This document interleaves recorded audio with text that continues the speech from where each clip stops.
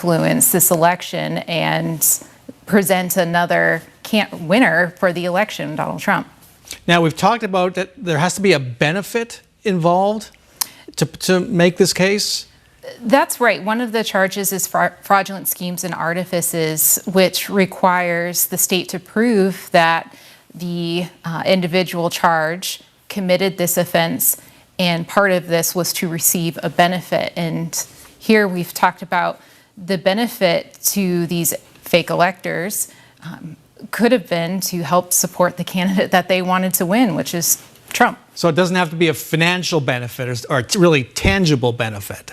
Right. Intangible benefits count as well as anticipated intangible benefits. Okay. Good definitions help to set the bar here. News of the day. If you were the crime-busting prosecutor Rudy Giuliani back in the day, would you, Michelle Hogan, have accepted what Rudy Giuliani, former Trump lawyer, did today and over the last 3 weeks in not accepting the summons to show up in Phoenix? No, I agree with how the state argued for him to have to come and present for booking and put up a bond because he has evaded service of the summons intentionally and has stated so on the record that he was evading service. He didn't provide any location that he was going to be at, contrary to what he said at the hearing. He said, I said it on the radio. I said it everywhere. Everybody knew where I was going to be. No? No, he was not providing a location for the AG's office and their agents to find him to serve him. How serious is what the court did? A $10,000 bond basically to show up, and he's got to be in Phoenix in 30 days, I think, to be fingerprinted and mugshotted and do the other basics. These things are relatively common, but as we've said, he's the only one who had those additional conditions placed on him because of the actions that he took. And as Michelle said, he wasn't making himself available to the AG's office. He knew that this was out there. He hasn't even bothered to read the indictment yet. And he was bragging on Twitter about how they hadn't captured him yet and hadn't found him yet, and that he said on Twitter that they would need to dismiss the indictment if they didn't serve him by the next day. That's all a lie, too. There's no rule about dismissing an indictment if you're not served with a summons. But could the court have issued an arrest warrant, say this week even, if they hadn't served him last week? Yes. Rudy Giuliani could have been arrested. Could have been, but fortunately they were able to locate him because, as you said, he was bragging about evading service, which isn't a very good idea to do. And then he went and deleted that tweet. And of course, the internet never forgets. No, it's been saved. It certainly doesn't. Let's go back to the grand jury process. There was a really interesting story a few weeks ago in Politico talking about the grand jury process, how the grand jurors seemed to hijack the case. They indicted people that the AG's office didn't necessarily want to indict, and there was a suggestion it was the MSNBC grand jury. You've been in that room with grand juries. What did you make of that report? Well, keeping in mind it's always the grand jury's investigation, and it is their indictment that they're signing off of.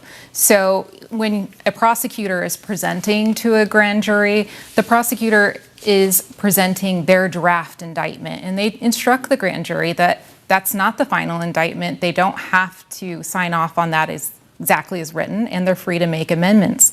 So it's always possible when you have a grand jury that's interested in a case, listening to the evidence, may see issues or extra defendants that the prosecutor didn't initially charge and can write on defendants. But we don't know that for certain. It could be that the prosecutor simply reviewed the evidence and found that there were defendants that maybe weren't initially going to be charged, but ultimately were charged. And to be clear, I mean, help us understand how a grand jury works. It's not like these folks just showed up one day and were asked to listen to testimony and make some decisions. They sit for a while.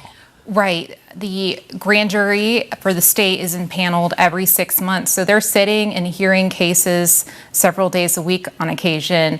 And so they get to know these charges, particularly fraud schemes and forgery, and they know the elements, and they're familiar with these types of investigations and can think of sometimes pointed questions to ask. So is the dynamics such that they just kind of, after a time, they know their own minds?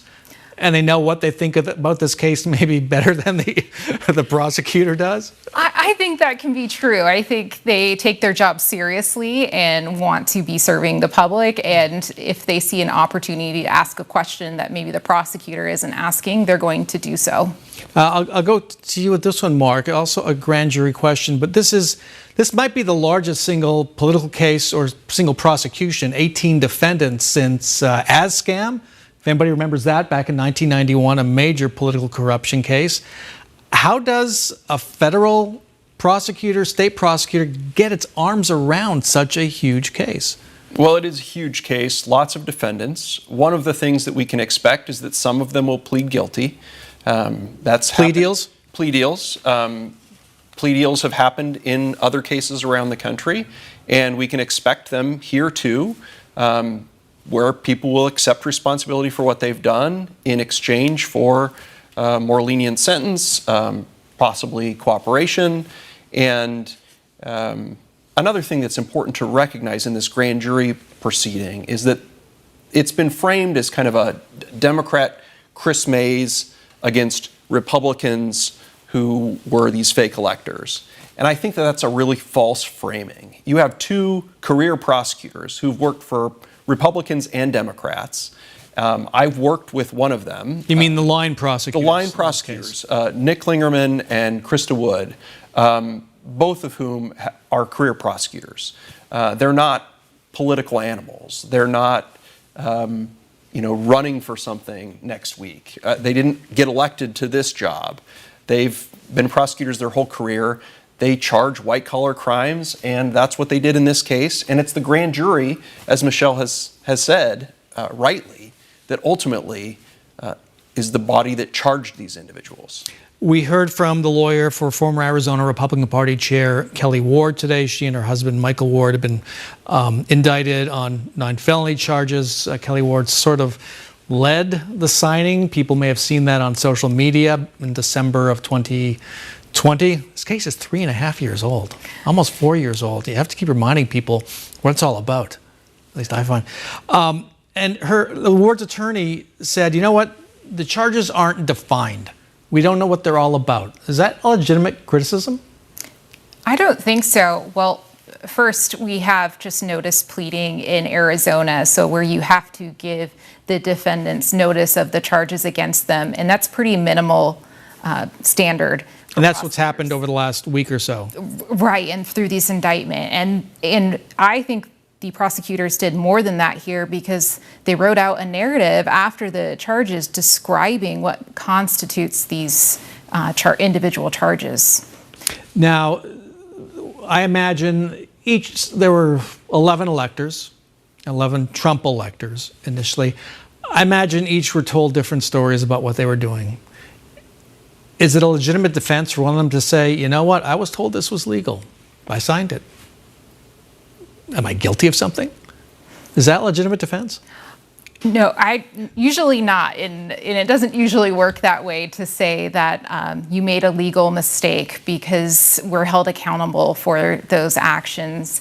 And here, I think there was more than that, and I think the evidence will hopefully show more than just an innocent mistake, and I would assume the prosecutors would have that before charging and taking it to the grand jury. Yeah, and as I've discovered just in reporting and going back over the court files, and the emails, the text messages, the voicemails, Rudy Giuliani, for one, it is a fact that he was involved in trying to overturn the Arizona election from November of 2020 all the way through the few days before January 6th when it was certified.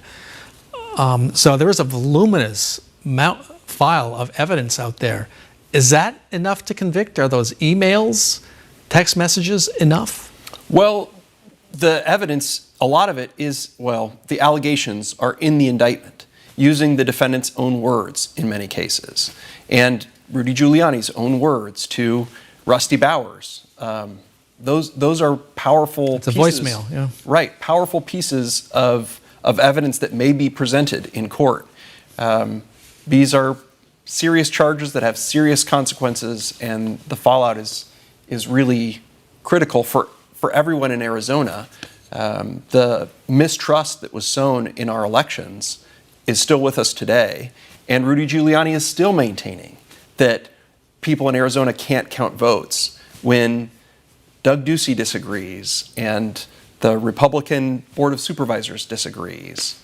So, still early, but let's look ahead. Trial dates are being set in court. How real are they? They're as early as October 10th, I think. I've never had a case in my career that wasn't delayed or a motion to continue wasn't filed, particularly by the defense. The prosecutor is usually prepared to go to trial at the earliest date, but it's in the defense's best interest to keep pushing dates off because, memories fade, and it always benefits the defendant to have more delay. And do they have to do discovery, get the opportunity to do discovery, see what others have said? How would that work? So in the state's process, that here in Arizona, the prosecutor just turns over everything they have in the initial disclosure. So there isn't a back and forth with the state. I'm sure these defendants will come up with witnesses that need to be interviewed or deposed depending on their willingness, and expand discovery maybe beyond what the prosecutor has. So what's a more reasonable calendar for these cases? Going well into next year, going well into 2026? A reasonable calendar is not something that the defense is going to be worried about, I don't think. I agree with Michelle that I think the defense is going to want to push this off as long and as far into the future as possible. That gets expensive. It gets expensive, not if you have a public defender. It's expensive for the taxpayers, but that's part of what we have this process for. And the judge is there for a reason. The judge gets to decide whether or not to grant extensions. There is voluminous material in this case. I imagine discovery is going to be very, very large. Like you said, this has been going on since 2020. So there are a lot of text messages, a lot of electronic information that I'm sure will need to be gone through. All right. Michelle Hogan, Mark Kokanovich, thanks so much for joining us. And thank you so much for joining us.